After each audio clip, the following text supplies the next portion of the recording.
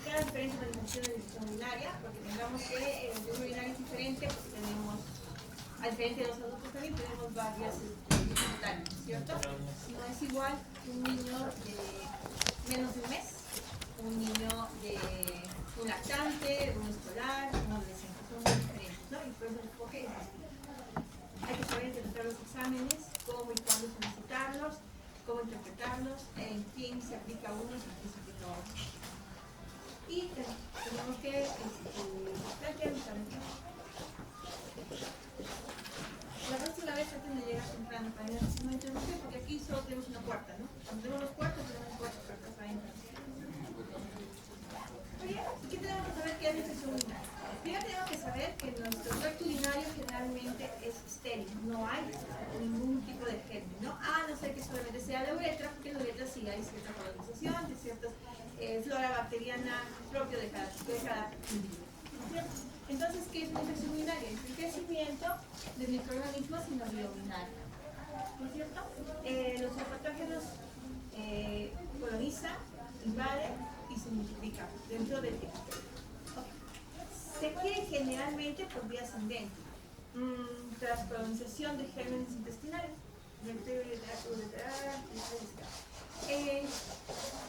Normalmente, como les he dicho, la uretra tiene su propia flora bacteriana, ¿no es cierto? Y cuando hay una alteración en esta flora bacteriana, pues crecen gérmenes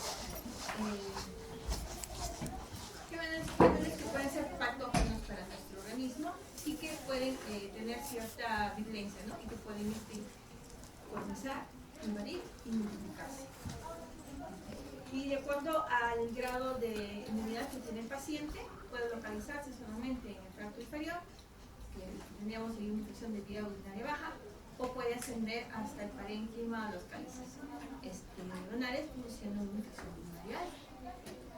Eso depende del estado inmunitario del paciente. Ok, y bueno, también tenemos que ver que hay ciertos procesos invasivos que pueden promover la aparición de la infección urinaria.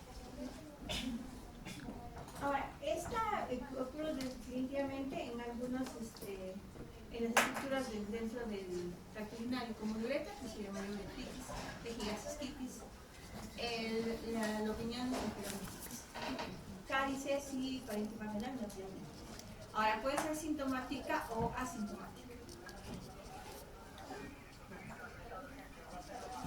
Entonces, la infección urinaria es todos los eventos que ocurren luego de la colonización por ciertos gérmenes del tracto urinario, que estos pueden producir ciertos signos y síntomas que nos pueden producir que hay una enfermedad del tracto urinario, ¿no es cierto? Y esto se puede identificar mediante la... Buenas tardes, disculpa, ¿cómo pasa? Yo no voy a explicar ahí más. Y esto se puede manifestar mediante un examen de orina tomado de una manera una forma de toma como esta. Muy bien. Epidemiológicamente tenemos que saber que en los menores de 6 meses las infecciones urinarias son más frecuentes en los varoncitos, ¿ya? Pero a medida que van creciendo se hace más prevalente en las mujeres.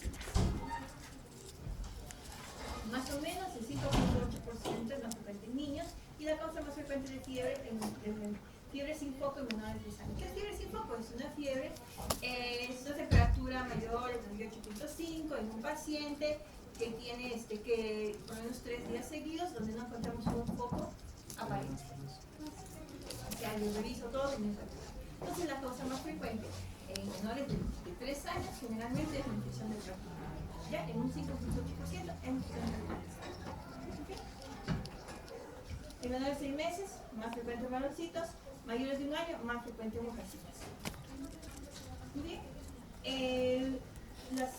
También es mucho más frecuente en menores de 2 meses. Menores de 2 meses generalmente de sus niños hacen pielonefritis, y que ellos no se llaman pielonefritis, se llama sepsis, ¿no? Sepsis urinaria. Porque los niños no tienen su estado inmunitario maduro, por lo tanto no localizan enfermedades. Lo que hacen es sepsis, se disemina en todo el organismo. Por lo tanto, cuando veamos el cuadro clínico, vamos a ver que el cuadro es no es un cuadro muy florido, es un cuadro muy variable y nos podemos confundir incluso de diagnóstico, ¿no? Muy bien. En un porcentaje, dice, muy desdeñable, es el evento centinela de neuropatía magnopatía asociada. Entre 18 y 38% de pacientes entre dos enzimas como febril representan un reflejo vesículo. Ya, ¿qué sucede?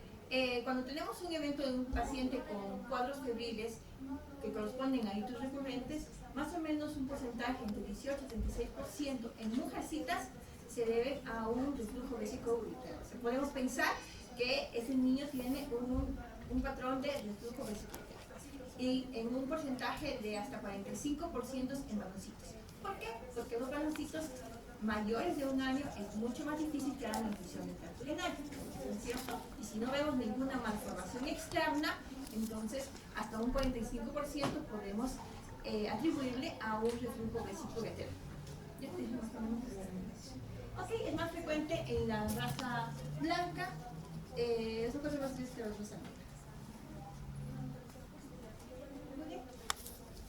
Más o menos en un 12 a 30% de niños presentan una recurrencia durante un año tras el primer episodio de hito.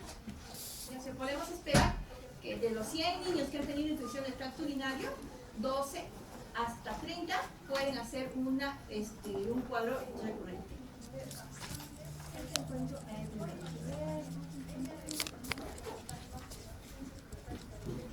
Muy bien. De estos, el 20% pueden desarrollar afectación cicatrizal parenquimatosa. Y eso es justamente lo que queremos evitar. Y ese es el motivo por el cual tenemos que dar un diagnóstico oportuno y un tratamiento adecuado para evitar las cicatrices renales. Porque una vez que haya cicatriz significa que se han muerto varias unidades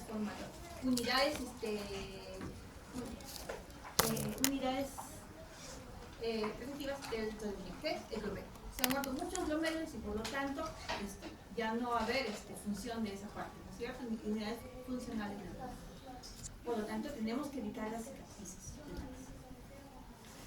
¿Qué es diferente en un adulto? En un adulto no es así, es en infección urinaria, tantas veces quedan y no dejan tantas cicatrices como en un paciente pediatra. ¿Y por qué más? Porque el niño todavía se está formando, porque el niño recién está terminando de formar sus rinocitos, de formar sus glomérulos, no nacemos con los glomérulos, ¿no? O totalmente desarrollados. Entonces, por eso es importante el tratamiento adecuado y evitar las consecuencias. Oye, ¿cómo clasificamos? De acuerdo al lugar, hito baja, vejiga, uretra, y pielonefritis, parénquima, cálices, uretres. De acuerdo al episodio, la primera infección, recurrencia, recaída. De acuerdo a los síntomas, bacteriuria sintomática y asintomática. Y complicaciones, la hito no complicada, que es la más frecuente, y la hito complicada o la hito atípica. Tenemos que definir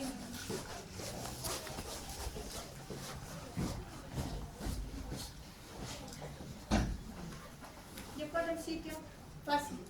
Hito baja está limitada pues a la vejiga, ¿no es cierto? Y al uretra. Hay inflamación. Generalmente las hitos bajas se presentan más en niños con clientes mayores de 2 años. ¿Por qué? Porque ellos pueden manifestar que les duele, que les arde, que vayan varias veces al baño, ¿no es cierto? Mientras que los más pequeñitos no, entonces es muy difícil poder identificar una hito baja en un pequeñito, más en ellos en las hitos altas. Por lo tanto, síntomas de inflamación, síntomas funcionales como disuria, poliaciuria, urgencia menstrual y también hay bajo riesgo de lesión branquial, porque lógicamente la infección está localizada en la parte inferior, ¿no es cierto? Entonces no hay riesgo de que haya lesión inferior. Y la hito alta es la nefritis aguda, es infección del tracto urinario superior que compromete parénquima renal. Dentro de ellos, el síntoma más importante es la temperatura, la fiebre mayor de 38 grados. ¿Sí? Es el signo más importante de una pielonefritis. Podemos decir que es una infección urinaria con repercusión sistémica. ¿Qué es repercusión sistémica? Fiebre, vómitos, dolor abdominal, a veces hacen cuadros de diarrea, malestar general, incluso pueden llegar a ser sepsis. Eso es una pielonefritis. Dolor lumbar agudo postervertebral. Hay alto potencial de daño renal y alto potencial de cicatrices. ¿Ya? Y lógicamente vamos a ver elevación de los restantes de fase aguda, ¿okay? Aunque no está tanto como una sepsis, pero sí. De acuerdo al episodio, la primera infección, que está entre la primera infección y la itis recurrente, que se define por cualquiera de las tres. ¿Entiendes? 2 episodios más de itis o más de un itis alta, un episodio de itis alta y 2 bajas, o 3 de itis baja. Eso es una itis recurrente.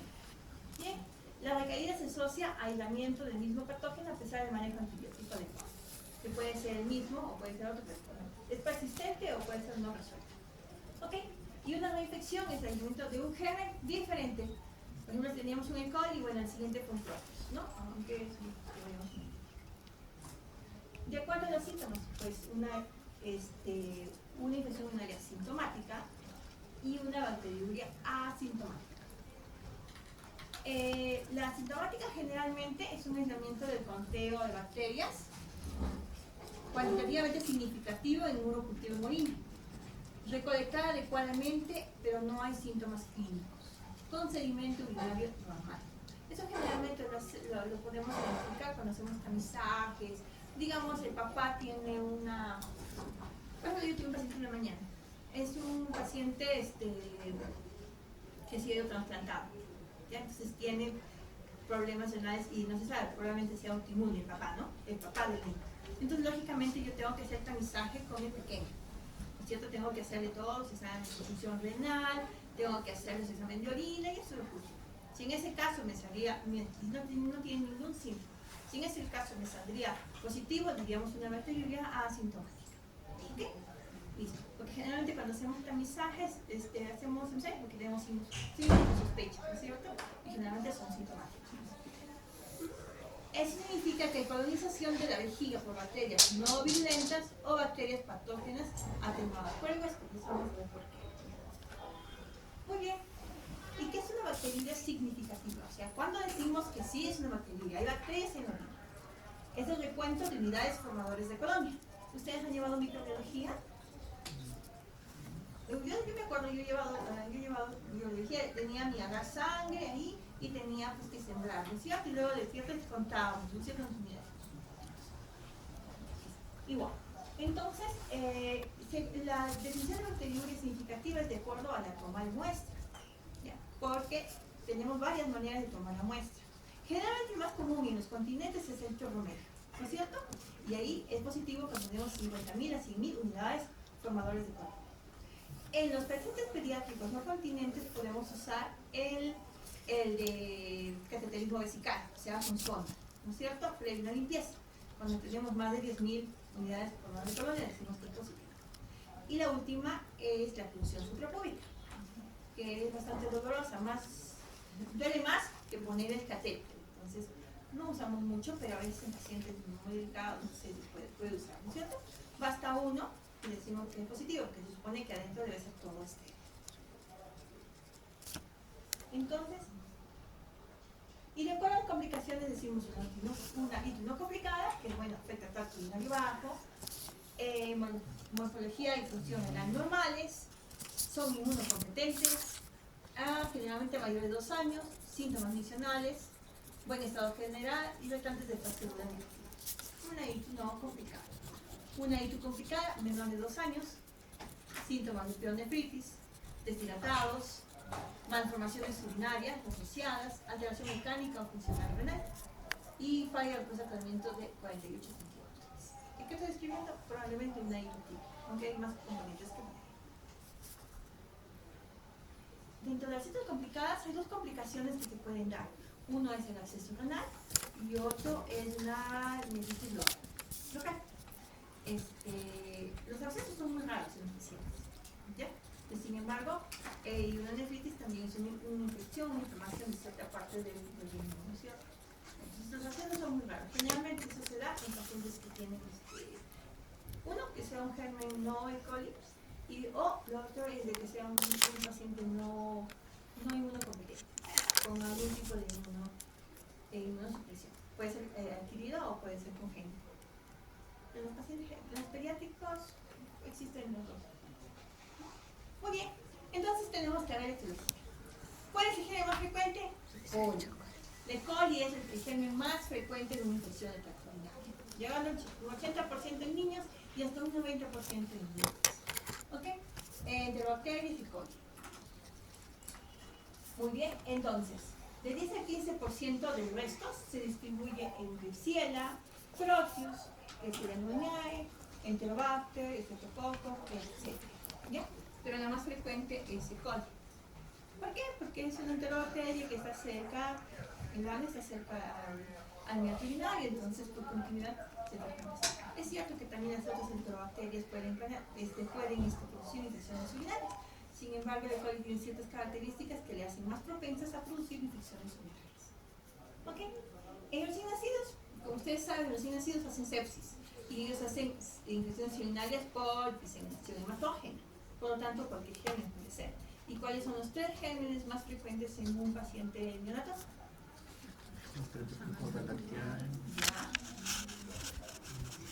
Listeria. Muy bien. En mujeres adolescentes, estafilococcus protíticos.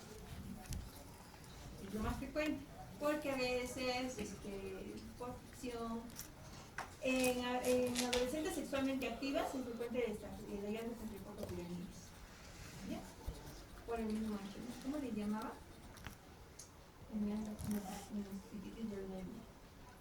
En lactantes menores de 3 meses y niños con enfermedades neurológicas, el enterococos 10 meses.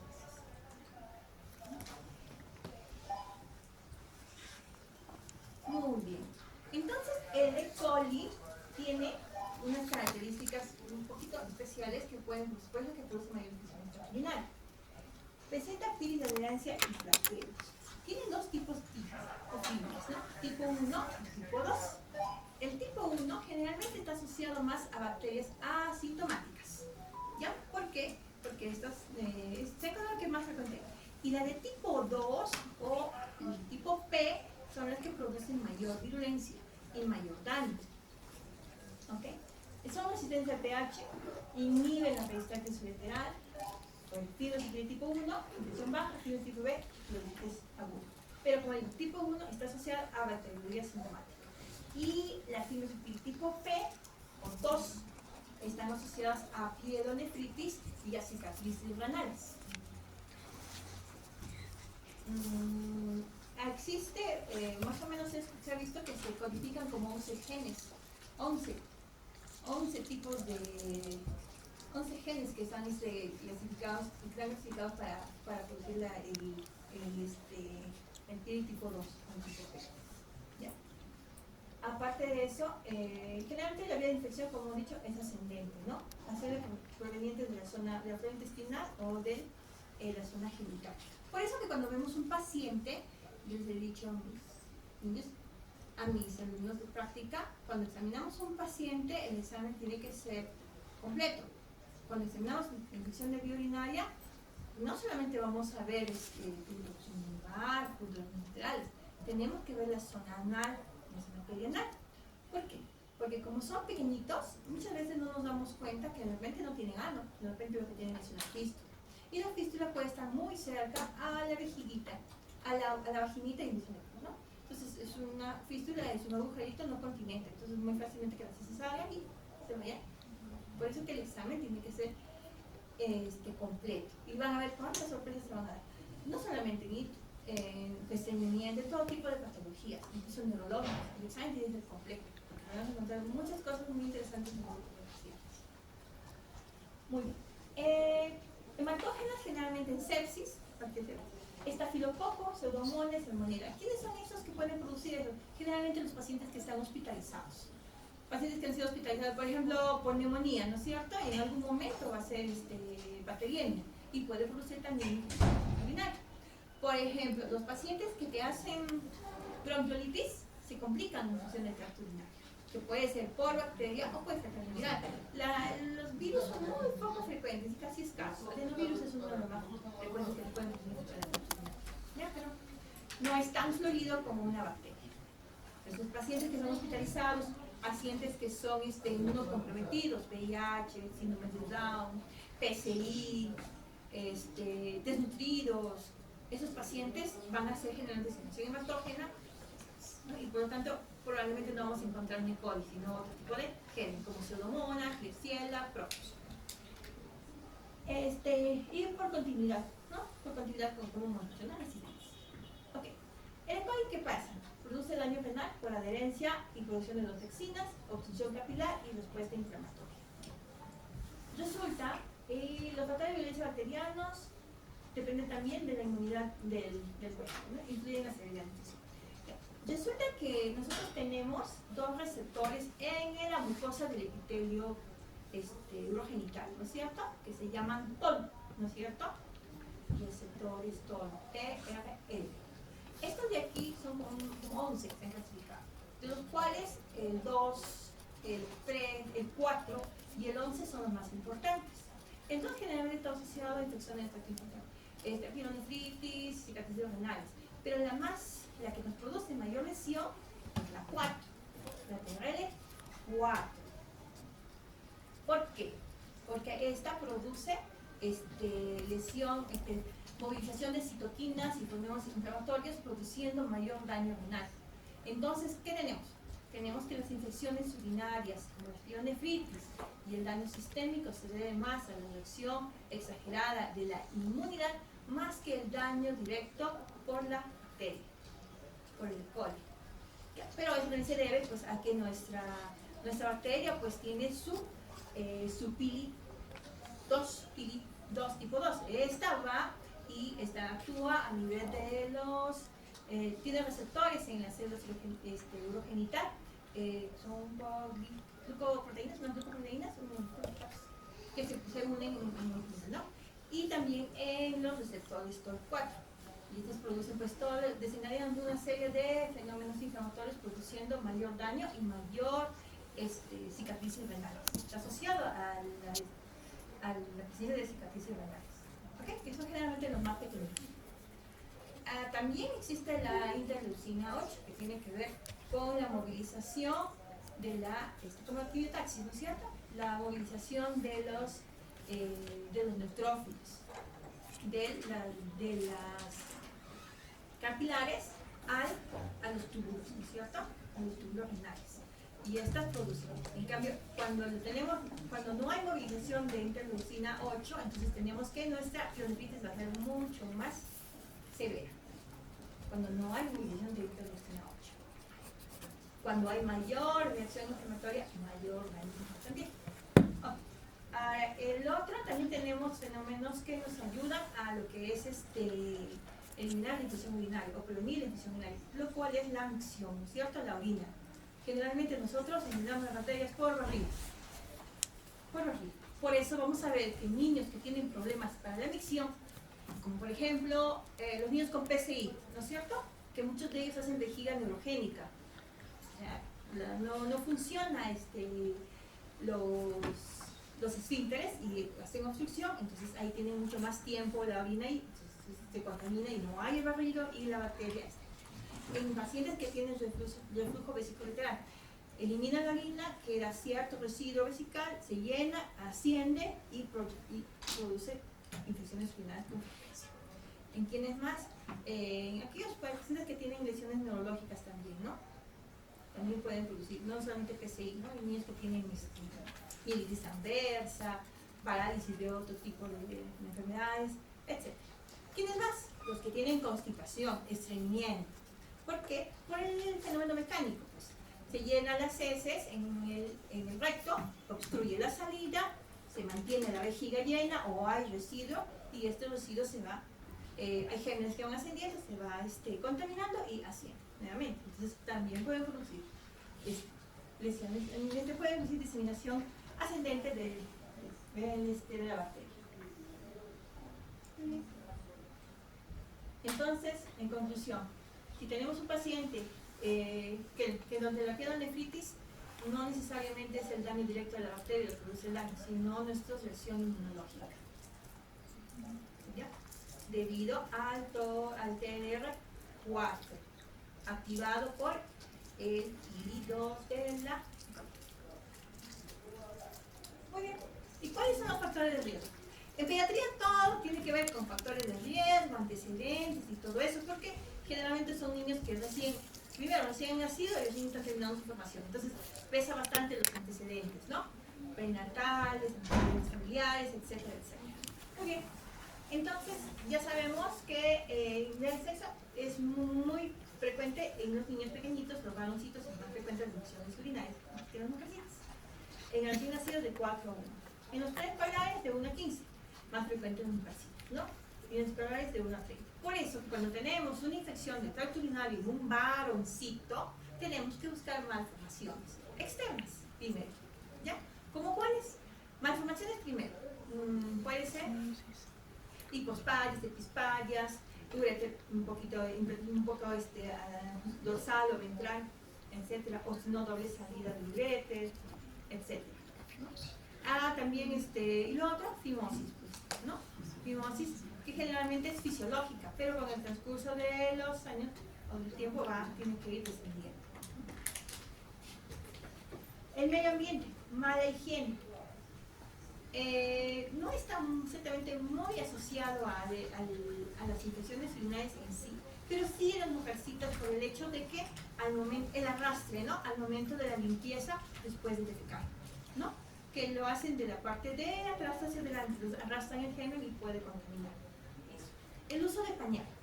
No tiene relación con el tipo de pañal, ni con la frecuencia, sino con el tiempo con el que están con el pañal sucio en el paciente, ¿no? Generalmente más en mujercitas que en varoncitos. Infectación por el shuro, dicen que sí, pero no está muy probado, no tiene mucha evidencia. Pero dicen que por el mismo hecho de que, bueno, los shuros en la noche sale del ano y migra por toda la parte perineal y, bueno, puede ir arrastrando algunos gérmenes, ¿no? Por eso se podría decir que los shuros también pueden producir infección, que es un factor de riesgo, básicamente, ¿no? Pero entendamos que si el paciente es inmunodeprimido, cualquier factor de riesgo le va a producir infección de tracto. Expresión previa a antibióticos. Ahí vamos con lo que es la bacteriuria sintomática. La bacteriuria sintomática generalmente está asociado al pili tipo 1. Esa bacteria tiene expresado en su cápside, en la parte externa, el pili tipo 1. Esto va y llega y se localiza también en el TLR2, en el TLR4. El TLR11 no se sabe muy bien cuál es la asociación o lo que puede producir después, pero sí sabemos que produce pielonefritis también. Ahora, entonces, ¿qué pasa? Que está poquita la estimulación o el efecto que produce en el TLR4 de tal manera que no desencadena todo ese fenómeno inmunológico. Por eso que las bacterias sintomáticas generalmente son asintomáticas, no producen mayor daño ni mayor gestión inmunológica, por ejemplo, no hay pielonefritis, no hay lesiones. Son con bacterias con baja virulencia, ¿no? Ahora, es cierto, se han hecho varios estudios sobre el tratamiento no de este tipo de pacientes y se ha visto que cuando nosotros damos tratamiento a niños que tienen bacteriuria sintomática, lo que hacemos es barremos ese tipo de germen no virulento y promovemos el crecimiento de bacterias sí virulentas. ¿Ya? O sea, ya no un E. coli que expresa pili 1, sino un E. coli que puede expresar pili tipo 2, que es mucho más virulenta y que produce mucho más patógeno. Por lo tanto, el hecho de usar antibióticos puede producir infección del tracto urinario porque barremos nuestra flora. No solamente por infección urinaria damos antibióticos, damos por gripe. Todos los que tienen gripe les dan amoxicilina. Y yo no entiendo por qué, pero la gripe es por virus, rinovirus, ¿no? Generalmente. Y no sé por qué le damos antibióticos. Y encima les dan amoxicilina con ácido clorhidrato. ¿No es cierto? Y yo no entiendo por qué les dan amoxicilina con ácido clorhidrato. Porque si vemos que ya tienen faringitis, ya pueden hacer su faringe toda inflamada. Genial. Pero entonces tenemos amoxicilina sola. ¿Por qué amoxicilina con ácido clorhidrato? Porque tenemos que entender y estudiar que ciertas bacterias tienen cierto mecanismo de resistencia. Entonces, no serviría de dar nada a un estreptococo que no hace penicilinasa, ¿no es cierto? ¿Para qué le voy a dar un inhibidor de la penicilinasa si esa bacteria no produce penicilinasa? Entonces, tenemos que aprender qué gérmenes tenemos, cuál es su mecanismo de resistencia para saber qué medicamentos buscar. ¿Y por qué les digo amoxicilina con ácido clorhidrato? Porque esa es la primera línea de tratamiento para la infección de tracto urinario. Pero como le damos para faringitis, para infección de piel, para gripe, entonces ya no, pues son muy resistentes ya. Los E. coli resistentes a amoxicilina con ácido clorhidrato, hace unos años era un medicamento muy eficiente, ¿no? Incluso en neumonías en ancianos manejábamos muy bien ese medicamento, ahora ya no, porque manejamos muy mal los medicamentos. ¿Y eso por qué? Porque no hemos leído, no hemos revisado y nos da miedo, pues por si acaso le damos de todo. Portadores de catéteres urinarios, lógicamente, aquellos que tienen talla vesical o aquellos que tienen catéteres, ¿no? Generalmente los que tienen vejiga neurogénica usan tallas vesicales. ¿Qué son tallas vesicales? Es un agujerito en la vejiga con su sondita ahí para poder evacuar. ¿Quiénes son los que usan? Vejiga neurogénica tienen los que han tenido miedo meningocele, no controla, o aquellos que tienen PCI o lesiones tipo meningitis, encefalitis, que se han quedado con secuelas, también usan eso. Muy bien. Y estilo de vida, ya les he dicho, constipación. ¿No es cierto? La constipación puede producir infecciones intestinales. Obesidad también, porque cuanto más obesos somos, nuestra inmunidad va bajando. Pobre ingesta de líquidos, claro. Si no tomo agua, no micciono, y por lo tanto no hay arrastre de orina en las bacterias. Por lo tanto, si no tomo líquido, me va a dar infección urinaria.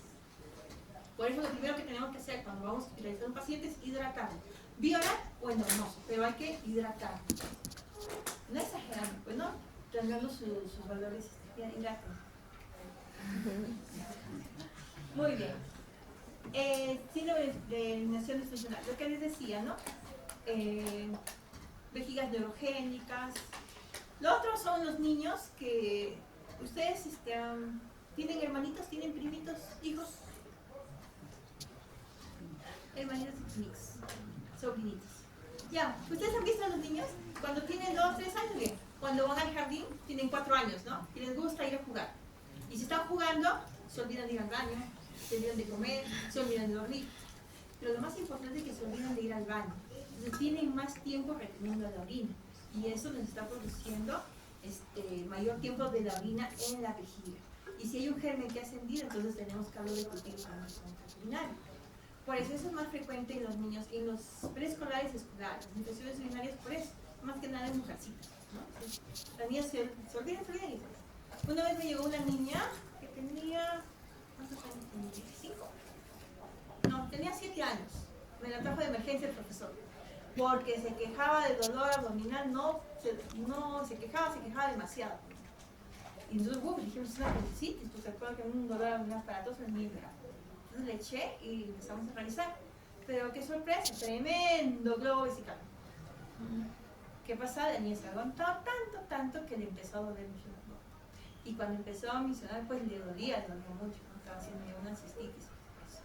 Pero eso pasa más en los pacientes, los escolares, los preescolares, ¿no? Porque se distraen, no van a.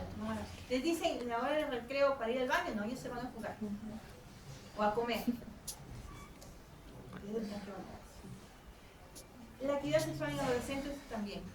Sabemos que los niños cada vez el despertar sexual es mucho más temprano, ¿no? He tenido pacientes de 10, 11 años gestantes, por lo tanto relaciones sexuales que se han pasado a los 9 años, 10 años, ¿no? Muchos de ellos son trata de personas, de blancas, como se dice, ¿no? Prostitución.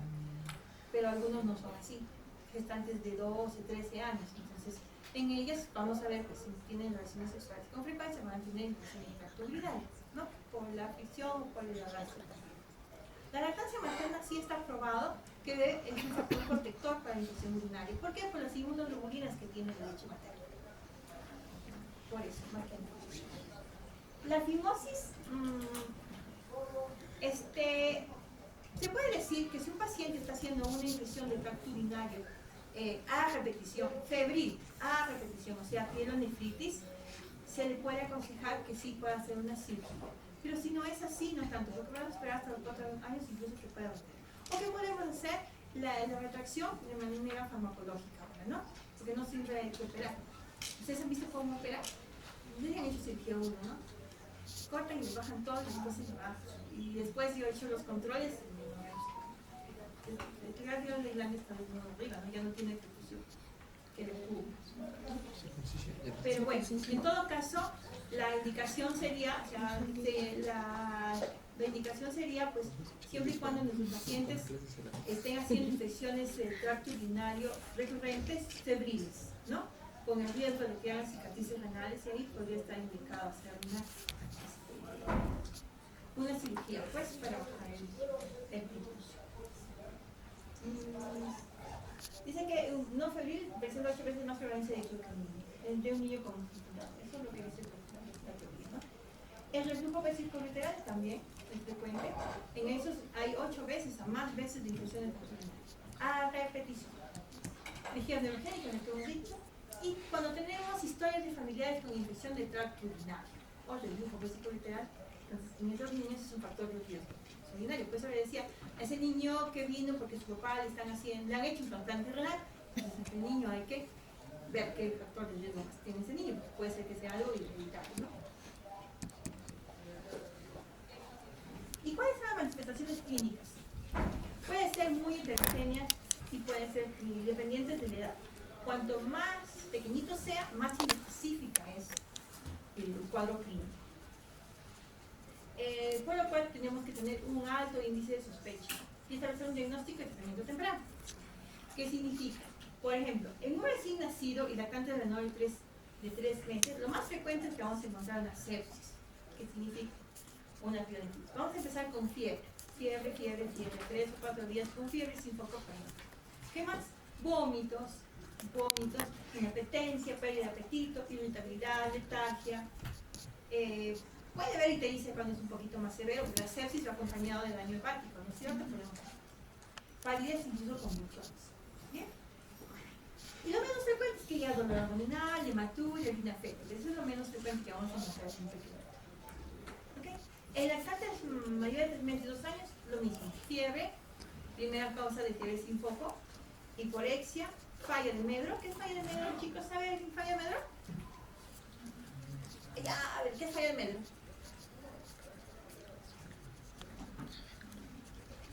¿Alguien sabe qué es falla de Medro?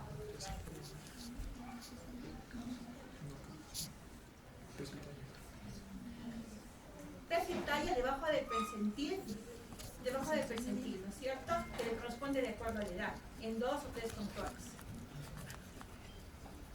Lo que quiere decir que mi niño no está creciendo, porque no está creciendo, estamos 2, 3, 4 controles y no está creciendo. Entonces eso puede ser producido por una infección de tracto urinario. Cuando traigan a sus pacientitos, usted lo vea y la mamá les diga, ¿sabe qué, doctora, le estoy pasando? ¿Por qué no está ganando peso? Porque no está lactando bien. Entonces, y si no tiene nada de revisado, podrían sospechar que tenga una infección del tracto urinario. Hacemos examen de orina o incluso un urocultivo. Dolor lumbar, letargia, irritabilidad, síntomas urinarios es poco frecuente. En preescolares y escolares, ahí sí vamos a encontrar síntomas urinarios. Y ahí sí vamos a encontrar puño de percusión lumbar, puntos laterales, fisuria, poliacuria, es mucho más. ¿Ya?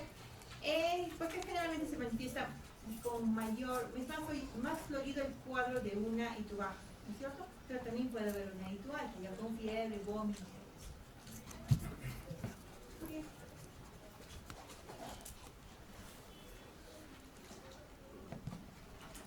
Aquí tenemos más cuadrito. Esto es de la guía de itu de Zamora, del niño, que es lo mismo, ¿no? En los menores de 3 meses, generalmente asociado más a cuadro séptico, por eso que todos los menores de 3 meses, cuando tenemos sospecha de infección urinaria, lo hospitalizamos. El tratamiento es doble y porque esos niños pueden ser realmente sepsis. Y en cambio, de 3 a 2 años, los observamos y buscamos el foco, ¿no? Sospechamos siempre también una piolitis.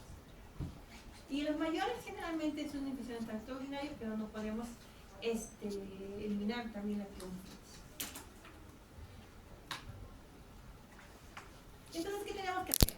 Para hacer un diagnóstico tenemos que hacer una buena historia clínica, un buen examen físico y hacer nuestros exámenes de laboratorio adecuados y plantear nuestro diagnóstico y manejo. ¿Ya? De todas maneras, siempre tenemos que hacer un diagnóstico de descarte y plantear las posibles complicaciones que pueden presentar nuestro paciente. Entonces, en historia clínica, ¿qué tenemos que ver? Antecedente materno de reflujo vesicoureteral. Infecciones urinarias en el embarazo, o RPM. ¿Por qué? Si el niño es muy pequeñito, si el niño es RPM, probablemente va a ser sepsis, también con poco. También tenemos que ver si es que durante el embarazo la mamá tenía alguna ecografía así donde decía que había algún tipo de malformación renal. Porque a veces nos llaman, cuando nos llaman a sala, nos dicen, no, paciente en la ecografía tenía hidronefrosis. Y bueno, si a veces nace, entonces tenemos que estar observando al paciente, a ver si tiene un problema renal, si va a hacer infusiones y cirugías previas que requieran colocación de zona vesical. Por ejemplo, ya no creo que le pongan mucho, pero cuando hacen apendicitis, apendicectomía, a veces les ponen sondas vesicales. Pero a veces les hacen micción alienta, pero puede ser que a veces lo puedan poner en ciertos tipos de cirugías. En el ciclo de detección, número de episodios, sintomología y complicaciones. Hay que ver si es una ITU baja, ITU alta, qué síntomas tenía y qué tipo de complicaciones qué síntomas tiene y tipo de complicaciones. El diagnóstico para control de esfínteres también, porque es importante, porque ahí estamos viendo desarrollo psicomotor. No es lo mismo que un niño te avise al año y medio, 2 años, a que te avise a los 5 años. ¿No es cierto? No es lo mismo que un niño camine hasta el año y medio o que te camine a los 3 años. Significa que si está pasando eso, hay retardo del desarrollo psicomotor, hay daño neurológico.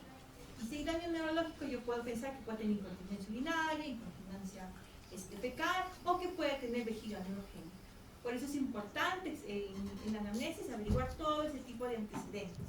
¿Ya? Si ha habido asfixia al nacer, si ha convulsionado, todo ese tipo de cosas. Porque todo eso afecta luego en todo el desarrollo de su organismo. Muy bien. La ingesta de líquidos, ¿cuántos niños toman agua? Los niños, hay niños que toman un montón de agua, están en el baño todo el rato. Hay niños que no tienen ni una gota de agua. Tendrán que ver cuánto de agua. Vamos a ver cuántas, vamos a ver si eso es recurrente o no, o sea, cuántas citus bajas han tenido, si han tenido no, pielonefritis, etc. ¿no? También tenemos que averiguar si han usado antibióticos, si han sido recién nacidos, han tenido sepsis. Sepsis, ¿sabemos qué? Antigenta, ¿no es cierto? Y la agenta es nefrotóxica. El hábito de aseo en las niñas, también eso, cómo van al baño, cómo lo hacen. Todo eso es importante, ¿no? Hábitos emocionales, cómo van al baño, ¿no? Se distraen, van al colegio, no van al baño, todo eso es importante, ¿no? Y el uso de fármacos nefrotóxicos. Furosemida, unilicosis, vancomicina, AINES. ¿Ustedes sabían que los AINES pueden producir fallo renal? Por supuesto, que es una nefritis. Ajá. Sí te producen. Cuando trabajé en el seguro, me mandaban, es con el médico general, trabajaba en el salud. Entonces venían los señores, que eso generalmente son crónicos, pues, ¿no? Y te venían a hacer, te venían referencia. ¿Por qué? Para diálisis. Y generalmente esos pacientes tenían historias de lumbalgias, de artralgia, de osteoporosis, tratamiento, diclofenac intramuscular, 5, 6, 7, 8 días, naproxeno diario, años, ¿no? Están muy bien. Y luego el abordaje de el examen físico completo. Ya les dije. Empezamos con funciones vitales. Pulso, ¿cómo está? Respiración, temperatura, tensión arterial. Es importante a todo paciente pediátrico, más que nada si estamos pensando en un problema cardiológico o problema renal, tomarle la presión arterial. ¿Ok? Y que nosotros nos tenemos que plantear según nuestras tablas, porque no es igual un niño con 90-60, si tiene 3 años, está haciendo hipertensión arterial, pero un adulto es normal. Por eso tenemos nosotros nuestras tablas, de acuerdo a los grupos de edad. Para todo tenemos tablas, no es igual el PAM de un neonato prematuro 20, para un adulto es 20 está en shock, ¿no es cierto? O para un niño grande es en shock. Tenemos tablas. El primer día, segundo día, tercer día es muy diferente. Vamos a hablar de eso. El pulso. Lógicamente, si el paciente está deshidratado, ¿qué vamos a tener? Taquicardia. Y si está haciendo fiebre, ¿qué vamos a tener? Taquicardia. Entonces es importante el pulso. En los pacientes menores de 3 meses, una taquicardia que todavía no está haciendo fiebre es un signo de sepsis, hay que tener cuidado. ¿Ya? Especialmente cuando ustedes vayan evolucionando a sus pacientes, cuando se hagan internado, van a evolucionar a sus pacientes, ¿no? Y a veces vienen lactantitos de un mesito, un mes y medio, y están haciendo taquicardia. Y no está hidratado. ¿Por qué será? De repente se está chocando, de repente está pasando. Entonces tenemos que vigilar lo primero. Luego, tenemos que revisar sus tarjetas. ¿Por qué tu tarjeta? ¿Por qué voy a ver falla médica? ¿Cómo está su peso y talla para mirar? Controles cómo está oyendo. Si mi niño no está creciendo en los últimos 3 meses, podemos pensar que tiene un infección. Una de las causas. Muy bien. Hacemos el examen físico, general primero, piel, todo eso, y luego localizamos. ¿Okay? En los bebés tenemos que ver abdomen. ¿Por qué? Porque puede ser que nuestro niño tenga una masa, un microblastoma, ¿cierto? Puede ser que tenga globo vesical, puede ser que tenga algún absceso, una masa en el septum. Por eso es muy importante el examen de abdomen. ¿Qué más? También la columna vertebral. ¿Qué ven así? Una cosita, ¿no? Entonces puede haber un miedo meningocele. Por lo tanto, va a tener probablemente una lesión neurogénica, retención urinaria, y estamos viendo que eso es un factor para hacer infección urinaria. Entonces hay que revisar todo. Revisar si tiene anito, de repente no lo tiene. Y como tenía fístula grande, entonces no se dieron cuenta. Porque muchos de estos niños no nacen en hospitales, nacen en centros de salud, nacen en su casa y no necesitan un adecuado. Hay que hacerlo. Hay que hacerlo, por favor. Hemos tenido nosotros ahora último en nuestra práctica un niño que ha venido al hospital a los 6 años por insuficiencia cardíaca, con hipotensión pulmonar severa. Pero 6 años, nunca le han dicho que soplaba y siempre está en su postita de salud. El médico ha dicho que es normal. ¿No, chicos? Que es normal que se agite. Entonces, ¿por qué? Porque no revisan, porque no ven. Hay que revisarlo bien, ver lo que es normal y lo que no es normal. Y si no lo es, deríbenlo. Si es que no se puede manejar en su zona, deríbenlo. Mejor es exceso que por defecto. ¿Sí? En todo, y en todo. Esta semana tengo tan mala suerte que hay un puro pacientes ya de diagnósticos tardíos. Y da mucha pena. Bien, luego la fimosis, pues, ¿no? Porque vemos la fimosis fisiológica en el primer año, hasta los 4 años se puede retraer. Si no, se puede usar betametasona en la parte de prepus, para ayudar. Si no, ya lo último es simple, ¿no? Siempre y cuando se está asociado al riesgo de cuadros frecuentes de fibromialgia.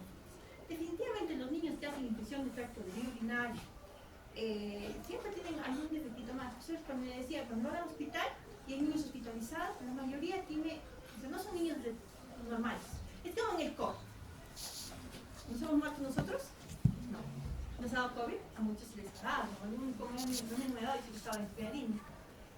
¿Por qué? Porque tengo un sistema inmunitario adecuado y mucha gente no lo tiene. Son personas que siempre se están enfermando. La gente que está en el hospital, los niños que están hospitalizados, algo más tienen, algún defecto más tienen y hay que buscar. Además tienen, ¿por qué se están enfermando? Porque hacen mitos recurrente, porque hacen pielonefritis, porque hacen AOV. Muy bien, y entonces vamos a los exámenes sociales. Ya hicimos nuestra anamnesis, ya hicimos el examen físico, y entonces encontramos el examen psicológico. Entonces, ¿qué hacemos? Todos tenemos en un centro de salud la tira reactiva, ¿no es cierto? ¿Y qué tenemos ahí? La leucocitoesterasa. ¿Qué es la leucocitoesterasa? Es una enzima que produce los neutrófilos. Y esos son detectados por la tirita reactiva, que es muy fácil de ubicar en todas partes. ¿Okay? Entonces, es una señal indirecta de leucocitura. Es muy sencillito, pero poco específica. Luego tenemos la prueba de nitritos. Existen algunas bacterias en la cabeza, el E. coli, que reducen los nitratos a nitritos.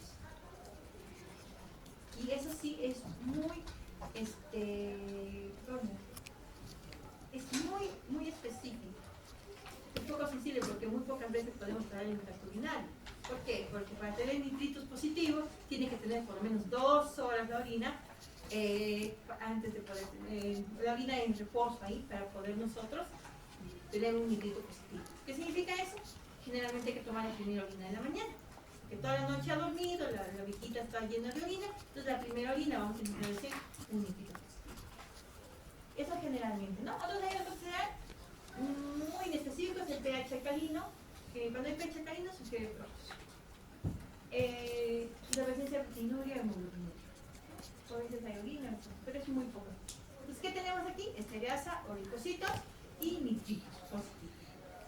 ¿Okay? El sedimento urinario, leucocituria, dicen que puede ser 5 o más como esta no centrifugada o 10 a más cuando la no está centrifugada. Escogen su orina, 5 mililitros, lo ponen en la centrífuga y de ahí ven ese sedimento urinario. puede estar ausente en muestras no procesadas a tiempo.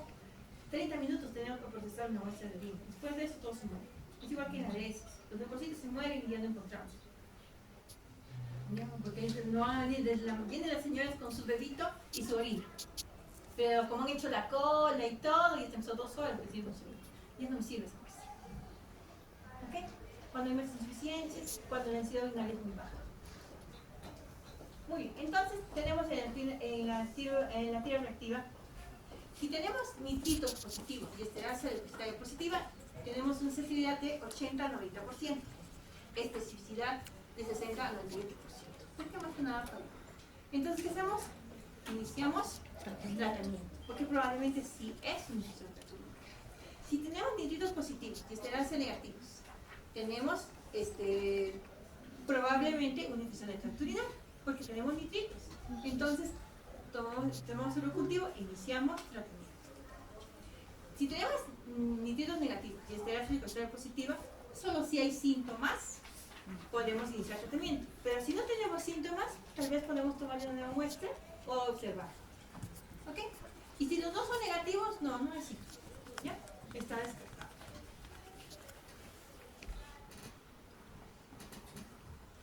Lo mismo.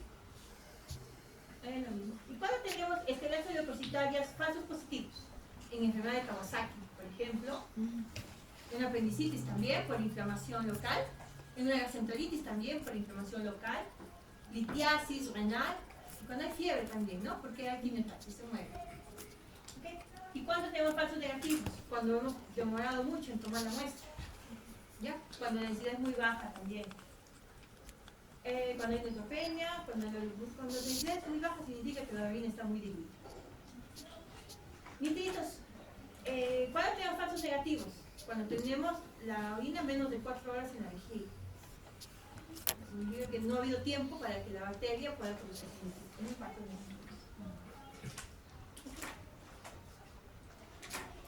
Y bueno, lo demás. Y esto es lo mismo. Lo ideal es que cada vez que iniciamos un tratamiento de infección de vía urinaria en un paciente de unos 2 años, tomemos siempre urocultivo. Debería ser así en todo tipo de infección urinaria. Solamente que como ustedes van a estar en atención primaria, bien difícil que hagan cultivos en sus centros, ¿no? En el hospital caben a jugos, se hacen cultivos. Nunca sale positivo, siempre van justos. Pero en los centros de salud es mucho más difícil. Pero sería lo ideal mandar a hacer un cultivo, porque nosotros iniciamos tratamiento empírico y después de ahí tenemos que dar tratamiento ya definitivo con nuestro cultivo. Muy bien, en menores de 3 meses con sospecha de ITU o fiebre roja es obligatorio. ¿Ya? Cuando iniciamos tratamiento para sepsis en un menor de 3 meses, siempre hacemos cultivos, copro, uro. Siempre le pedimos IM. 3 cultivos salimos a hacer. En mayores de 3 meses con una ITU alta, tenemos que hacer urocultivo. En niños con sospecha de enfermedad bacteriana sistémica, una enfermedad bacteriana seria. O sea, por ejemplo, ayer en la noche me vino un niño, tenía 2 años, 3 meses tenía, 2 años 4 meses. Me dio junto con una chica, nosotros llegaban convulsionando. La chiquilla tenía 6, creo, y no sé, yo pensé que no era otra. Y digo, de chiquito, convulsionando, un niño que estaba convulsionando. Y la única historia que tenía la señora es que tenía fiebre. Cuando llegó tenía 40 temperaturas. Y llegó convulsionando. Ya, hizo una convulsión febril compleja, porque convulsionó ahí, luego convulsionó en el centro y estaba haciendo fasciculación en la pierna. ¿No es cierto? Y ya no había trastorno celular. Y buscar, no tenía diarrea, no tenía nada. Entonces probablemente está haciendo una infección bacteriana seria y por eso estaba convulsionando, ¿no? Probablemente, porque ¿cuál sería el foco de la fiebre? Con más de 40 de temperatura no voy a pensar que sea viral, probablemente sea bacteriano.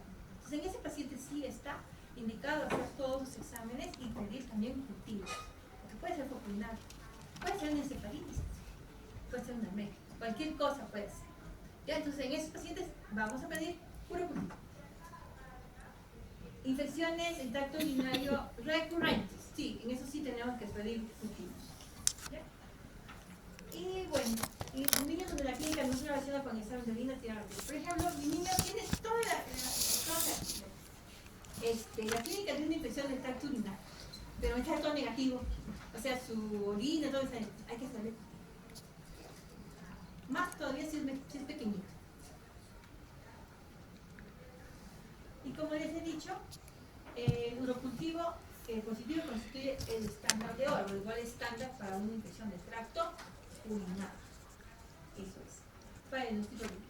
Generalmente tenemos que hacer de manera estéril, ¿ya?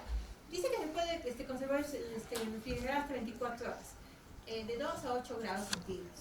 ¿Ya? Pero lo ideal es que tú tomes la muestra y lo siembres, no lo refrigeres, ¿no? Pero tal vez para el traslado, ¿no? De repente están haciendo su serum, no sé, están haciendo su serum boca quiatari.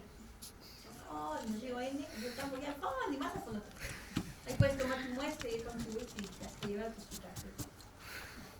Podría ser. Mejor te llevas a tu paciente. Claro. Entonces, ¿no? En niños que controlan esfínteres, ¿qué hemos dicho? Tenemos que ver los niños continentes y los niños no continentes. Los continentes son aquellos que nos avisan, nos dicen ya cuándo van a misionar. Y los no continentes son los bebés que misionan en su pañalito. Entonces, en los continentes generalmente preferimos el chorro medio. ¿Ok? El chorro medio. O, ¿cómo se llama? El chorro expectativa. Nosotros esperamos lo que orina y apenas orina estamos capturando. Entonces, a la expectativa se dice. Y en los niños no continentes preferimos para un cultivo, para un examen de orina, para un tamizaje, para ver si tiene infección urinaria. Viene mi niño con fiebre, tiene 6 meses, tiene fiebre ya 2 días, su gargantita todo está bien, ya le voy a pedir un examen de orina, solo un examen, entonces le pongo su bolsita colectora. Pero solamente para emitir el reactivo, para el. Pero si yo voy a pedir un cultivo, lo ideal es hacer cateterismo. Ya, con cateterismo hacer el cultivo a ese bebé. En el hospital siempre hacemos con cateterismo para el cultivo. ¿Ya? Y si es un niño que está muy grave, está muy mal, está en algún así, si no podemos hacer cateterismo, hacemos punción suprapúbica. ¿Ya? Y ya les he dicho cuáles son los valores. Para los, ¿cómo aquí está? Punción suprapúbica, cualquier color. Con cateterismo, mayor de 10.000. Para el chorro medio o a la expectativa, 50.000 a 100.000 unidades por cada. ¿Okay? Falsos positivos cuando está contaminado, cuando no limpiamos bien. No hay secreción de contaminación con antisépticos utilizados, errores de laboratorio también. Falsos negativos cuando tenemos tratamiento previo. Por eso hay urocultivos con valor de antibióticos. También se hace urocultivos con valor de antibióticos. Además de antisépticos, cuando hay obstrucción ureteral completa, ¿qué vas a hacer si está obstruido? La orina está acá arriba y sacas orina del otro lado, nada más. Tampoco falso negativo. Lesión localizada no comunicante, o sea, está aislada la orina en esta parte que está infectada y por aquí está todo normal, tampoco te va a salir nada positivo, ¿no? Y cuando está muy diluida, densidad urinaria muy diluida, o sea, muy baja. Y bueno, microorganismos inusuales que requieren otros medios de cultivo. De repente salió negativo, tiene toda la clínica y de repente no sea un E. coli, por eso no crece. Puede ser otro. Puede ser pseudomonas, puede ser. Muy bien. Como les decía, bolsa adhesiva, categoría musical, función. Otros exámenes de laboratorio. Sí se pueden hacer otros exámenes de laboratorio, pero generalmente pacientes que vamos a hospitalizar y pacientes que estamos viendo que tienen una pielonefritis aguda o que podemos sospechar que incluso puede tener una complicación, ¿no? ¿Y qué podemos hacer? Hemocultivos en los bebitos sí tenemos que hacer, hemocopro y urocultivos en los pequeños para ver si tienen una bacteria y una sepsis. ¿Ok? Hemograma también, y el hemograma sí lo vamos a leer de acuerdo a la tablita por edades, que no es lo mismo un recién nacido, ¿cuántos tiene? Hasta 30.000 tiene un recién nacido. Eso no se olvida, ustedes han llevado pediatría 1, hasta 30.000. Un niñito de 5 años puede ser hasta 15.000, puede ser normal. Pero mayor de eso ya es, porque un adulto tiene 10.000, ¿no es cierto? Y un niño de 3 años 12.000 se está contando, ¿no? Digo, eso puede ser normal en eso. Siempre y cuando no haya variación de la fórmula, ¿no? No tengamos abastonados, no tengamos segmentados, etc. En velocidad de sedimentación mayor de 10, Proteína C reactiva, mayor de 20, y procalcitonina, mayor de 0.5. Valoramos creatinina cuando nuestro paciente está muy afectado. Si está haciendo sepsis, si una pielonefritis muy mal, entonces tenemos que ver si está haciendo fallas renales. Y para eso necesitamos urea creatinina. Interleucina en orina, interleucina en orina, podríamos hacer. Pero también podemos hacer cierto tipo de diagnósticos con imágenes, que es lo último que se está usando ahora. ¿No se han leído? Hay una guía, la guía española de infección intestinal, lo último, son 308 hojas. Pero está bien bonita, yo recomiendo que la vean. Y ahí recomienda el uso de imágenes también para el diagnóstico de infección intestinal. Lógicamente que hay indicaciones, no al primero que encuentre le van a hacer, ¿no? Menor de 3 meses sí hay que hacerlo. ¿Por qué? Porque no puede ser una infección urinaria de la nada y dice que puede tener una malformación congénita. De repente tiene un solo riñón, de repente tiene absceso, no sé, eso hay que hacer. Muy bien, entonces, ¿para qué hacemos la ecografía? La hacemos para el diagnóstico de malformaciones renales, en el 15%. No es útil para el reflujo vesicoureteral porque se supone que está en movimiento, no se puede hacer, no me sirve. Pero sí me sirve para ver si tiene riñón, si tiene uno solo, si tiene presión baja, etc. Y también nos puede servir para ver la diferenciación córtico-medular. ¿Ya? Que también eso tiene tablitas de acuerdo al grupo de edad, ¿no es cierto? Pero cuando se ve que está muy adelgazado para la edad del paciente, entonces se puede ver que sí está haciendo atrofia cortical, que está haciendo pielonefritis y que probablemente nos esté dejando cicatrices renales. Que eso ya lo vamos a ver con la ecografía. ¿Sí? Entonces la ecografía nos sirve para eso, que es el primer examen que podemos pedir. Bien, según las guías NICE se recomienda después del primer evento de ictus febril en menores de 6 meses. Si tenemos una pielonefritis en menores de 6 meses, hay que hacerse. ¿Ok? Y pacientes que tienen una ictus recurrente, definitivamente hay que hacerlo. Eso según la guía NICE. Y según la Academia Americana de Pediatría, después de la primera infección intestinal febril, de 2 hasta 24 meses. O sea, todos menores de 2 años que hacen pielonefritis, hay que hacerle una ecografía para descartar malformaciones congénitas. Dice que durante la ecografía de la fase aguda se puede ver es un poco difícil, pero sí podemos buscar características de infección urinaria típica, que vamos a ver que es una ¿ya? Y posterior a la fase aguda se recomienda para la diferenciación córtico-medular. La ureterocitografía miccional. Esto se hace con contraste, que es un tipo de radiografía. Esta sí se hace para detectar reflujo vesicoureteral, que tenemos en niveles, del 1 hasta el 4. Cuanto más alto es el nivel, mayor probabilidad de que hagamos infecciones de tracto urinario y mayor probabilidad que cuando haga infección de tracto urinario nos deje cicatrices renales. Entonces se puede hacer para el diagnóstico. Este es el gold estándar para diagnosticar reflujo vesicoureteral. Bien, indicaciones, recomienda menores de 6 años con una ictus atípica o recurrente. O niños de 6 a 3 años con una ictus atípica o recurrente también. En Asociación Americana de Pediatría, recomiendan de 2 a 24 meses después de la segunda ictus febril. O después del primer ictus con malformaciones. Si ya es su ecografía y tiene malformaciones, ¿no? También hay que hacer esto, como puede ver. Muy bien. ¿Qué vamos a encontrar? Vamos a encontrar reflujo, valvas de uretra posterior, anomalías ureterales, a veces los ureteres están rígidos, son 2, a veces están implantados muy abajo, etc. ¿no? Y anomalías vesicales, puede ver un uretrecele, o puede ver que tenga muy pequeñito, o sea muy grande, ¿no? Y esto es el gold estándar para una pielonefritis aguda. Creo que no lo podemos hacer porque lógicamente pero en el seguro, en el radio tal vez sí hay, ¿no? Pero lo usan más que nada para pacientes con cáncer. Muy bien, laboratorio NICE. Se considera actualmente el gold estándar para detectar afección renal, ¿no? En la pielonefritis. ¿Qué pasa? Cuando nuestro paciente está, cuando hay daño renal, lo que vamos a ver es que no capta mucho la sustancia de contraste y por lo tanto vamos a ver imágenes como las que vemos. Aquí está bien. Y aquí está bien, ¿no es cierto? No. Entonces aquí hay daño renal, aquí debe haber cicatrices renales. ¿A quiénes se tiene que hacer? niños de 4 o 6 meses después de una infección de tracto urinario recurrente. ¿Para qué? Para ver el daño renal. Cuando tenemos una pielonefritis aguda, vamos a ver que se capta muy pobremente la sustancia de contacto. Por eso vemos que no hay buena perfusión de la corteza renal y por lo tanto lo vamos a ver así todo pálido. Por lo tanto significa que varias nefronas del niñocito no están funcionando adecuadamente.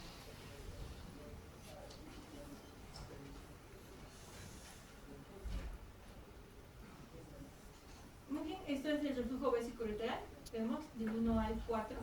Más o menos nos interesa el del 3 al 4 porque ahí podemos usar profilaxis urinaria, que está muy discutido. Porque como hemos dicho, si damos el tratamiento antibiótico no indicado a un paciente, podemos producir resistencia bacteriana o proliferación de gérmenes patógenos. Por eso solamente se da los que tienen 3 o 4, los que ya tienen mucho riesgo de ser cicatrices renales.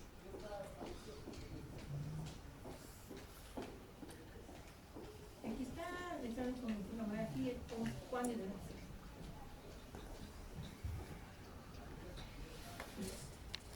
Entonces, creo que no está en una para hitoatípica. ¿Qué es una hitoatípica, chicos?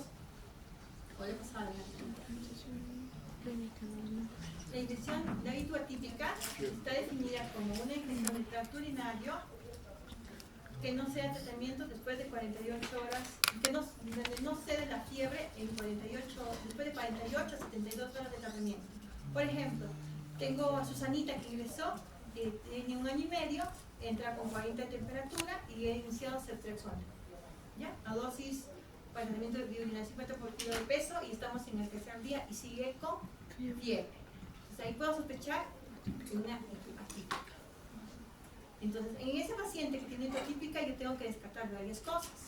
¿Qué tengo que descartar? Que puede haber una complicación como un absceso renal, por lo tanto le tengo que sacar una ecografía para descartar un absceso renal, ¿cierto? En ese paciente también tengo que ver cómo está su función renal, porque me puede empezar a hacer falla renal. Entonces, ¿qué tengo que hacer?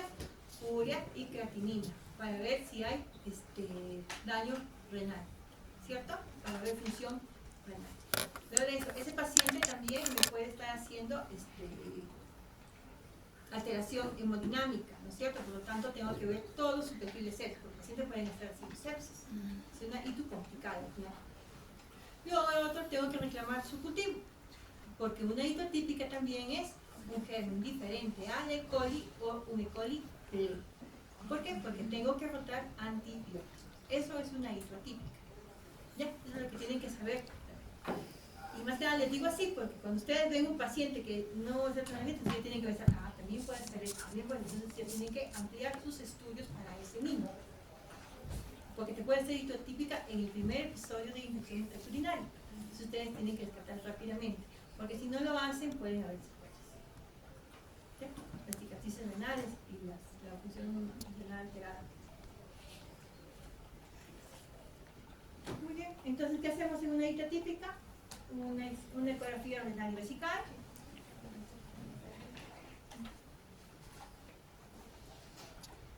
Puede ser una uretoscopia miccional, podemos hacer, estamos pensando que está haciendo una ecografía, tomografía, etc.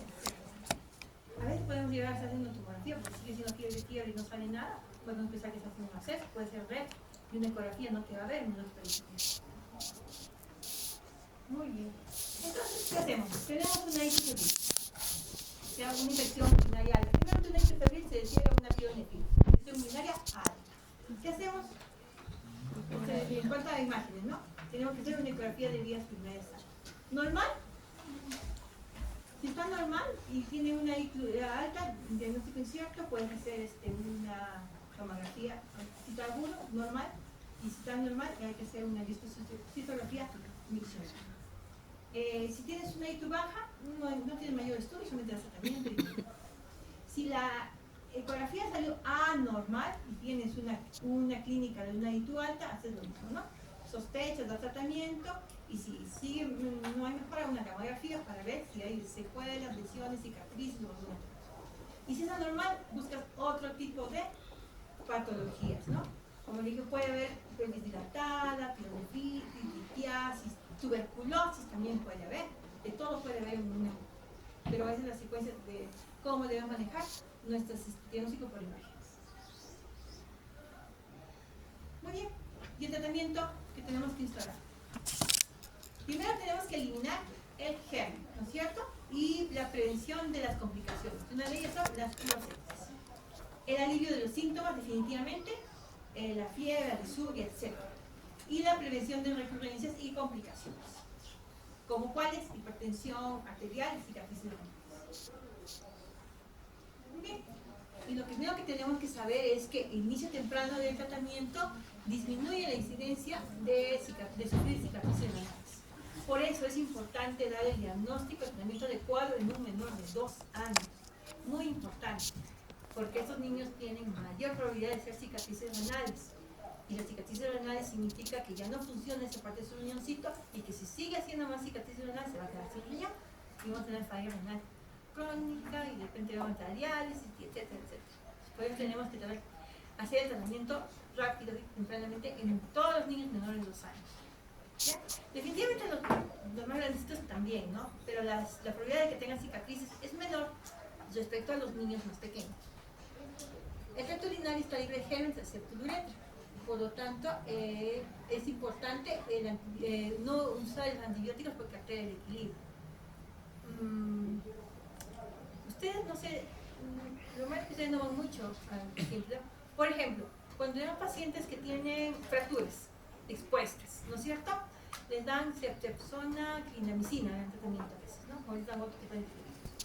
Pero si barremos toda su flora, no nos damos cuenta que esos niños o esos pacientes después van a hacer infección de tracto urinario. ¿Por qué? Por colonización por otros gérmenes. Entonces, por eso hay que tener mucho cuidado en los pacientes hospitalizados que manejan antibióticos. La hospitalización aumenta la posibilidad de desarrollar patógenos resistentes. Como les he dicho, puede haber cualquier tipo de patógeno multivalente. Muy bien. En caso de ITU alta, el tasa de tratamiento por más de 48 horas aumenta un 47% la formación de cicatrices renales. Entonces, todo paciente que te venga a tu consultorio con fiebre y estás pensando en una piedra, manda en emergencia para que le hagan el diagnóstico rápido. Porque si lo vas a hacer por consultorio, va a salir en 2 días, 3 días, 4 días, 5 días y tu paciente ya está muy bien. ¿Okay? Y el caso de la selección de antibióticos terapia empírica se basa en el patrón local de susceptibilidad, ¿no? De los antibióticos según la zona. Evitando aquellos que tienen resistencia. Por eso es que es importante que todo pequeñito menor de 2 años, cuando inicie tratamiento, mande el educativo, porque así sabes qué patrón más o menos tiene de resistencia en tu localidad. Generalmente acá salen colos y que son sensibles, muy poca ceftriaxona, más amicacina, menos glucosa, pero en otros lugares necesitan. Ahora últimamente están haciendo mucha resistencia al trimetrafin metoclopramide. Sí, ya no, están haciendo más resistencia a eso. ¿Por qué? Para gripe, para todo usan. Parece paracetamol. Para la fiebre sangrante. Ya está perdiendo sensibilidad para hacer este tratamiento, porque la primera línea era azúcar. Amoxicilina para una clorodinámica también es la primera línea porque tenemos una cistitis. Sin embargo, ahora está perdiendo cada vez más. Nitrofurantoína todavía conserva su sensibilidad por la sensibilidad para poder manejar esto. ¿Por qué? Porque la nitrofurantoína es bien fea, produce náuseas, el estómago. Por eso es que no toman así más, por eso todavía sigue vigente la nitrofurantoína. Sin embargo, eso no se puede usar en una alta porque no concentra bien a nivel de sangre ni a nivel de pelvis ni parénquima. Lo usamos para ITU baja. Medidas generales. Dicen que el suplementario estaban, entre comillas, usando los tubos de arándanos, que se podía dar 5 días. Generalmente yo he visto que esto usaba, nosotros no usamos, ¿sabes? Pero lo usan en esos pacientes que tienen malformaciones de los órganos genitourinarios, ahí usan, porque son intus a repetición. Usaban bastante, no sé si les diría bien, pero algunos estudios van en pro y algunos van en contra, ¿no? Pero hay algunos que salen. La limpieza de percusión y retracción, está en la corrección de la fimosis, sería bueno, de manera médica sería mejor, no recibir lo otro, los niños tienen que ir al baño cuando tienen que ir al baño, tanto para defecar como para mencionar. Señales que tienen que tener un acto mencionar. ¿Ya? Pues, se joven y tienen que ir a mencionar, no pueden estar jugando todo el día sin ir al baño. hidratación. Tenemos que aprender a dar a los niños agua, o cuando están hospitalizados hay que hidratar a nuestros pacientes. A veces los vemos ahí en hospitalización y vemos que siguen deshidratados, pobrecitos. Entonces hay que hidratar a los pacientes. Si toleran vía oral, pues vía oral, ¿no? Y si no toleran, pues hay que ser de venoso con mucho cuidado, ¿no? Con su Holiday Segar o con su aumento de cuadros asegurados de hidratación que tenga. Pero hay que hidratar a los pacientes. Cistitis. Entonces, el tratamiento empírico es inicial con antibiótico de primera línea. Entonces, en primera línea está la nitrofurantoína, de 5 a 7 cada 6 horas. Esa es lo malo, la frecuencia que tenemos que dar la nitrofurantoína y que es bastante gastrolesiva, pero es muy buen antibiótico. Dimetropin y silmetaxazol también está indicado de 6 a 12, pero no nos olvidemos que está aumentando la resistencia a este antibiótico. Cefalexina de primera o segunda generación. Usamos cefalexina o cefaclor para una infección urinaria baja. También podemos usar amoxicilina con ácido clavulámico. También nos va bien con infección de tracto urinario. Pero esos de 40 a 50 miligramos de la fosfomicina es lo que estamos usando ahora con mayor frecuencia. Sin embargo, no lo tenemos mucho en Huancayo, pero la fosfomicina va muy bien en infección de tracto urinario. 80-100 por kilo de peso. La cefalexina también es buena, pero es bien fea, igual que la metafrontila. Lo malo es que a los niños es bien fácil, ¿no? Al adulto le das y como se va a tomar. Pero a los niños hay que ver con el sabor, a ver la frecuencia, cómo lo va a tomar. Pues es un poquito difícil marcar. Si no el sulfametropin, sulfametazol, está contraindicado en prematuros y recién nacidos porque produce ictericia, ¿ya? Por competición. No le debemos. Ok, y la antifrantoína no le puede dar tampoco menores. Ya porque pues, produce daño, no le puede dar. Entonces, cistitis, dimetropin, amoxicilina, cefalexina y nitrofurantoína, que es lo que debemos hacer, porque la mayoría de los cultivos que se ven son muy sensibles a nitrofurantoína. Pero en cistitis, no se olviden, no podemos dar una piel de nitrofurantoína. Además, no existe nitrofurantoína en piel, ¿no? Cuando tenemos una pielonefritis, una hito alta, podemos dar tratamiento también ambulatorio, siempre y cuando el paciente tolere la vía oral y el familiar sea bastante competente para darle tratamiento, ¿no? Y no tenga signos de complicación. Si tenemos una pielonefritis, nada más, pero que no está deshidratado, la fiebre es muy alta, y tolera la vía, no necesitamos un vómito, podemos usar de tercera agencia, como cefixima, podemos usar eso, o podemos usar aminoglucósidos vía intramuscular, ¿no? Como casina o gentamicina, que todavía son bastante sensibles. Ciprofloxacina también podríamos usar, sin embargo, también su sensibilidad está disminuyendo. La resistencia bacteriana para cipro también, porque también lo usamos para cualquier cosa, malogramos la fertilidad. El tratamiento intravenoso está indicado en aquellos pacientes menores de 3 meses, siempre, ¿ya? A menores de 3 meses no le puedo dar tratamiento vía oral para su casa, ambulatorio nunca. Generalmente se hospitaliza por cualquier patología, neumonía, bronquiolitis. Se tiene que manejo hospitalario, porque son pequeñitos, porque no tienen buen sistema inmunitario y se pueden complicar, pueden hacer sepsis, pueden ser abscesos, entonces no puedes darle tratamiento ambulatorio. Y si es menor de 3 meses, tratamiento doble. ¿Cómo hacer? Ampigenta, ampiamica. Podemos manejar bien. O también podemos usar cefalexina de tercera generación para pacientes hospitalizados, ceftriaxona. Es tiempo dependiente, por lo tanto hay que darle cada 12 horas. Dosis para adultos, 50 miligramos de peso, 80 gramos. Muy bien, aquí tenemos que hospitalizar sí o sí. Y aquí tenemos que dar antibiótico parenteral. Menor de 3 meses, como les dije, mal estado general séptico, el niño que les dije yo que estaba convulsionando, que yo no sé por qué, puede ser una infección urinaria, puede ser una encefalitis, una meningitis. Inmunosupresión y niños con VIH, que tenemos cada vez más frecuentes, niños con deficiencia de inmunoglobulina G, Andy George, cualquier tipo de inmunosupresión. ¿Quiénes son inmunosupresivos? También los desnutridos, los síndromes de Down, algunos otros síndromes. también los niños con PCI, ¿no? Es un poco difícil manejarlos. Vómitos y deshidratación. Definitivamente yo no voy a dar de alta un jarabito a un niño que está vomitando. Tengo que hospitalizar. Aquellos que están deshidratados tampoco, porque tengo que hidratarlo y hospitalizar. Los que tienen reflujo vesicoureteral y son de alto grado, ya tienen historia de eso, también hospitalizamos. Aquellos que tienen sospecha de hito atípica, como les dije yo, fiebre mayor de 48 horas, a pesar que le he dado tratamiento. Tengo que hospitalizar. Muy bien. Como les dije, de menores de 3 meses, tratamiento 2.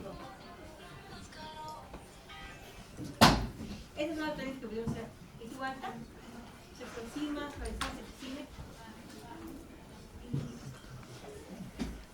Amicacina, gentamicina, ceftriaxona. Muy bien, ¿cuánto tiempo debe haber tratamiento? En ITU alta de 7 a 10 días, pero una ITU alta no complicada. ¿Ya? Para prevenir daño renal. En ITU baja puede ser de 3 a 5 días nada más, no hay problema. Y si tiene curso severo y comorbilidad, hasta 14 días. ¿Tienes PCI, por ejemplo, o su parafimosis, o alguna alteración genital, ¿no? ¿Cómo evalúo la respuesta al tratamiento? Cuando ya no tiene fiebre a las 48 horas. Significa que está yendo bien, que no tiene complicaciones. Y que está tolerando la vida, no le está vomitando.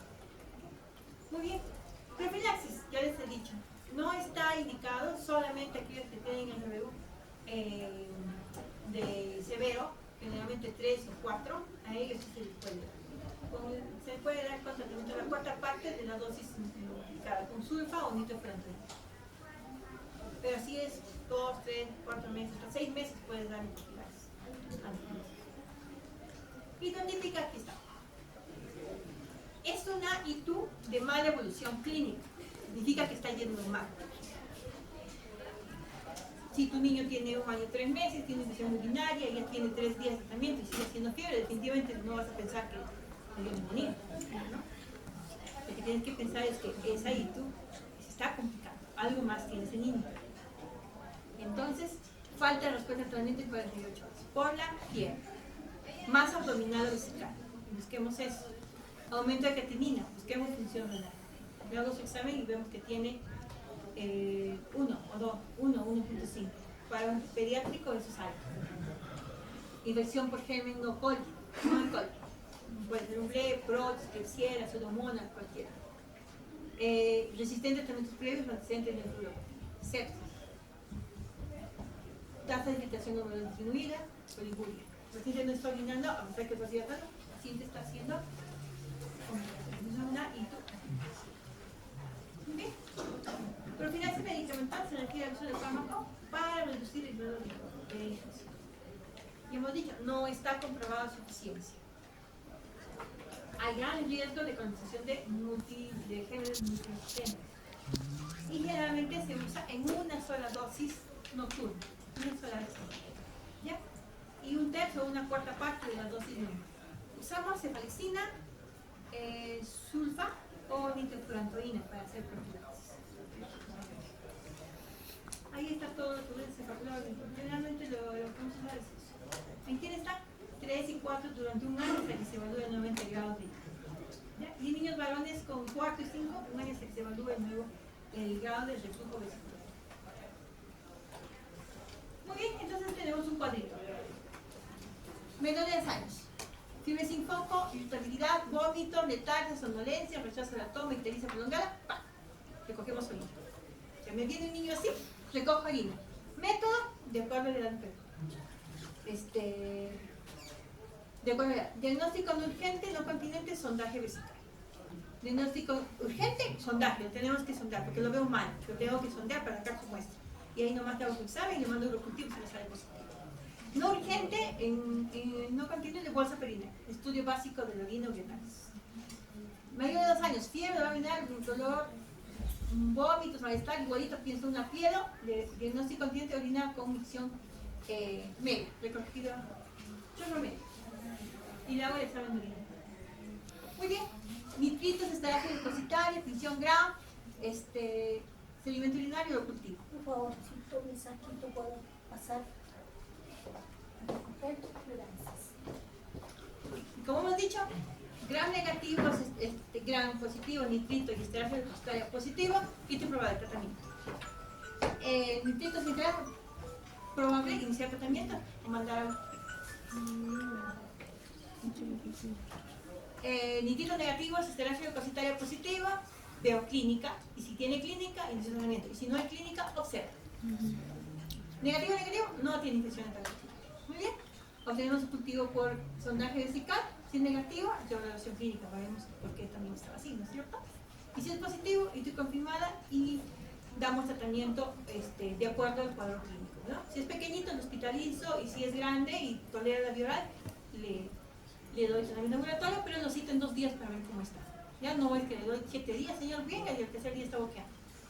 No, siempre los pacientes pediátricos se les cita a los 2 o el tercer día para evaluar cómo está. ¿Ya? ¿Cuándo mando a neurología? Aquellos pacientes que tienen hidrofítica, aquellos que están haciendo líquido recurrente, aquellos que tienen falla renal ya, hipertensión arterial. ¿Ya? ¿Qué vemos nosotros en atención primaria? Primer episodio, sin recurrencia, con anomalías estructural resuelta, de repente tenía fimosis y ya lo operaron y se solucionó. ¿Okay? Y cuando hay seguimiento mayor de 6 meses. A veces el neurólogo te manda a hacer seguimiento, entonces usted está haciendo seguimiento y los 6 meses está devolviendo. Porque no vaya a ser que usted lo mande, si no, ya no, que te mandé, no vuelvo a verte nunca más. No, a veces lo devuelven y los 6 meses tratan de control. Entonces ustedes tienen que hacer un seguimiento mensual, a ver cómo está señora, cómo está creciendo, cómo está su tallita, cómo está esto, ha vuelto a hacer infección, le hago los exámenes, seguimiento. ¿Ya? Por favor, no me lo abandonen a los niños, lo mandan. Fuera, yo te mandé el neurólogo y voy al neurólogo. Ya nunca más. Chicos, ¿listo esto? Esas son las guías que hemos usado y son las guías que deben manejar ustedes, ¿ya? De San Borja y la guía española. ¿Listo, chicos?